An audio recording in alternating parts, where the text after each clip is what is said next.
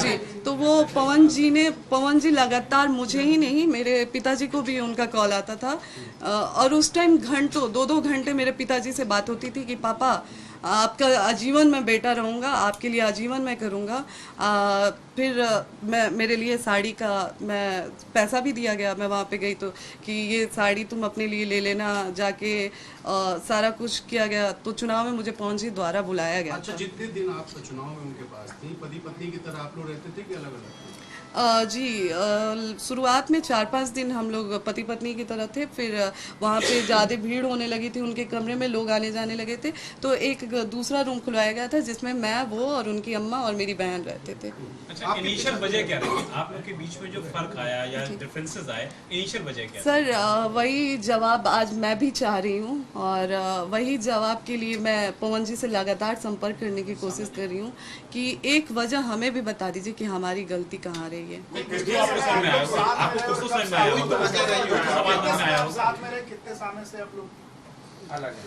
जी, हम लोग लगभग डेढ़ से 2 साल साथ में रहे हैं। नहीं, फिर भी कोई वजह आपको जो समझ में आई हो? क्या इनिशियल जैसा कि जी, वो हमारे साथ रहते थे और हमें मतलब जैसे दवा हमेशा खिलाते थे, तो उस चीज़ का भी मैंने विरोध करना चालू किया कि नहीं, ऐसे नहीं होगा, मैं आपकी पत्नी हूँ, कब तक मैं ऐसे ज़बरदस्ती दवा आप खिलाते रहेंगे और मैं खाते रहूँगी, मतलब मेरे शरीर पे भी वो दवा गलत असर कर रही है, ऐसा नहीं। बस उस चीज़ों को लेके, और फिर जैसा कि मैंने पहले भी एक इंटरव्यू में बोला है कि किसी के द्वारा एक ऑडियो मैसेज पवन जी के फ़ोन में भेजा गया था कि ज्योति सिंह का इनसे संबंध है, उनसे संबंध है। बस उस एक ऑडियो की वजह से आज ज्योति सिंह यहाँ पे खड़ी है। आपके पिताजी पर भी आरोप था, मतलब मिसअंडरस्टैंडिंग रही जो किसी लोगों ने आपके बारे में जी, वो मिसअंडरस्टैंडिंग रही जिसे आज तक पवन जी ने क्लियर करने की कोशिश नहीं की। मैं लगातार उनसे मिलने के लिए भीख मांगती रही, बात करने के लिए भीख मांगती रही, लेकिन वो कभी मेरे सामने बैठने के लिए तैयार ही नहीं हुए। एक आरोप आपके पिताजी पर लगा कि उन्होंने कहा कि मेरी बेटी को विधायक बना दो, उसके बाद रखना हो तो रखो, छोड़ना हो तो छोड़ दो। अगर आप और पिताजी मैं उनसे पूछना चाहती हूँ कि क्या पार्टी वो चला रहे हैं, क्या उनकी कोई पर्सनल पार्टी है जो वो मुझे विधायक बना देंगे? आप ही बताएं, क्या कोई पार्टी उनकी पर्सनल पार्टी है जिससे वो मुझे विधायक बना देंगे?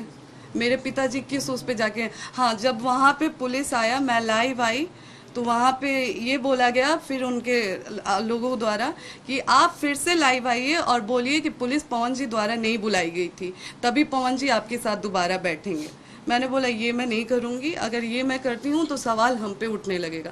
तो फिर वहाँ से साफ साफ बोला गया कि फिर पवन जी नहीं आएंगे। फिर भी मैं रात भर रुकी वहाँ पे कि पवन जी आएंगे, मैं बात करूँगी, जाऊँगी। मैं बार बार लगातार उनके दोस्त थे, उनके स्टाफ लोग थे, उन लोगों से पूछती रही कि क्या आप लोग पवन जी आ रहे हैं, क्या आ रहे हैं। लेकिन वो लोग लगातार रट एक ही लगा के रखे थे कि आप पहले लाइव आके बोलिए कि जो पुलिस आई थी, प्रशासन आई थी, वो पवन जी के द्वारा नहीं आई थी, तब आपको पवन जी के पास बैठाया जाएगा, तब आपसे पवन जी बात करेंगे। हम बोले भैया एक बार हमारी फ़ोन से बात करवा दीजिए, हम एक बार वो हमसे ये सारी चीज़ें बोल रहे हैं, तो नहीं, वो फ़ोन पे भी बात करने के लिए तैयार नहीं हो रहे हैं, वो नहीं आएंगे। फिर भी मैं रात भर वहाँ पे रुकी। जब मैं वहाँ पे रात भर रुकी तो उनके स्टाफ द्वारा सुनाया जा रहा था मुझे। पहले तो हम लोग पवन जी के कमरे में थे, मैं और मेरी बहन, तो वहाँ से आके बोला गया कि आप लोग यहाँ से निकल जाइए इस रूम से, क्योंकि यहाँ पे पैसे और ज्वेलरी, सारे गहने वहने रखे गए हैं। तो हम लोगों को भी डर लगा कि कल को ये लोग जब सिर्फ बात करने पे प्रशासन बुला सकते हैं, तो कल को ये लोग ये भी ब्लेम कर सकते हैं कि वहाँ से हम पैसे आभूषण लेके चले आए हैं। तो हम लोगों को उनके रूम से निकाल के सर्वेंट रूम में बैठा दिया गया, और रात भर हम लोग, मैं, मेरे भाई बहन, हम लोग रात भर वहाँ पे रुके। दूसरे दिन भी हम लोग शाम तक रुके। फिर भी जब पवन जी नहीं आए और लगातार हम लोगों को इस चीज़ के लिए प्रेशर दिया गया कि लाइव आके आप बोलिए कि प्रशासन पुलिस द्वारा नहीं, प्रशासन पवन जी द्वारा नहीं आई थी, तभी बात होगी। फिर मैंने बोला नहीं, और वहाँ से फिर मैं निकल गई। इस डर से मैं निकली कि कल को ये लोग फिर मुझे आके ये बोल देंगे कि मैं पैसे आभूषण लेके भाग गई हूँ। और मैं निकलते वक्त उनके स्टाफ को खड़ा करवा के अपने बैग का पूरा वीडियो भी मैंने उनके सामने बनाया कि भैया आप लोग खड़े हो जाइए, मैं अपना बैग चेक करवा दे रही हूँ, मैं यहाँ से कुछ लेके नहीं जा रही हूँ, कल को आप लोग मेरे पे उंगली नहीं उठाएंगे। जी।